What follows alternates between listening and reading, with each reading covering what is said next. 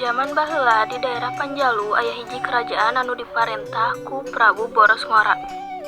Sang Prabu kagungan dua putra nyaeta Raden Arya Kuning jeung Raden Arya Kencana. Kalakuan eta dua putra raja teh beda pisan. Lanceukna nyaeta Raden Arya Kuning sipatna rada pangasang jeung ngedul digawe. Sedengkeun raina nyaeta Raden Arya Kencana estuning bager jeung resep papanen. Dina hiji poe aya paguneman antara Raden Arya Kuning jeung Raden Arya Kencana. Gunana Rama ngajieun situ lengkong teh kacape-cape kudu ngabendung padahal mah antep bae teu aya situ oge urang mah kudu beunghar ye. Ari Kakang, situ lengkong teh gede pisan manfaatna rakyat Panjalu bisa nyawa kalawan teu kakurangan cai.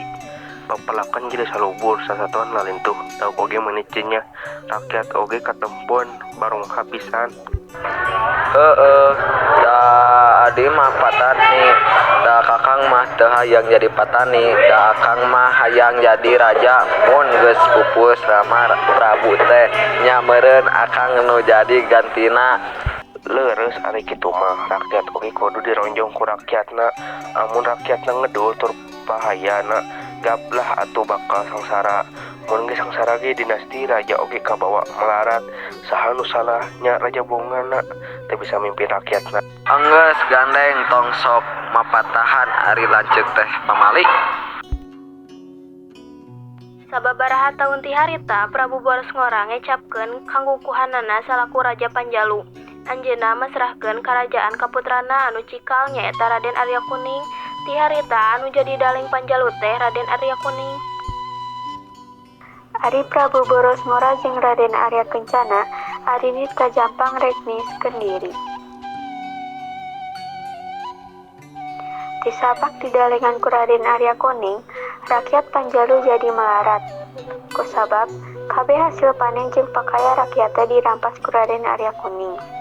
Raden Arya Kuning teh mindeng curak carek, beuki lila rakyat beuki sangsara bae kulantaran geus sadaya seep.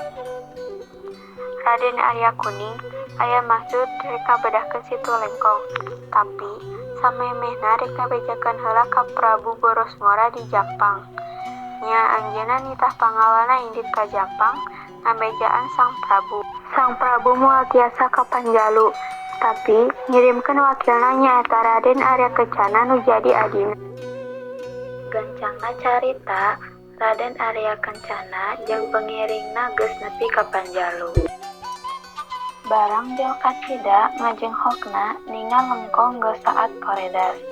Aya cae saeutik ketika can. Raden Arya Kencana nafsu awakna ngajebir, panonna buringan. Hei Kakang teu ngajieun ka Rama Prabu sok sanajan anjeun teh sumping. Tapi aya kaula wakilna. Naha Kakang geus wani-wani ngabedahkeun situ lengkong tanpa izin kaula. Kaula moal ngajanteskeun ka Andika mah kusabab Andika mah kaula lain Rama Prabu. Ibarat ku keheul Arya Kencana ngarontak Arya Kuning. Antukna keur bae dalungan cangkup pisan. Balat-balatna oge sarua pada karung rapet pisan. Waktu eta pasukan Jampang jeung Panjalu perang-perang ragut anu ngabalangkarkeun loba korban. Akibat reana anu tatu jeung palastra, loba pisan ngaluarkeun getih anu ngalir ibarat cai. Lencang di hiji ranca anu katelah ranca beureum. Nyaeta tempat nepinuh ku getih anu ngalir tina korban perang.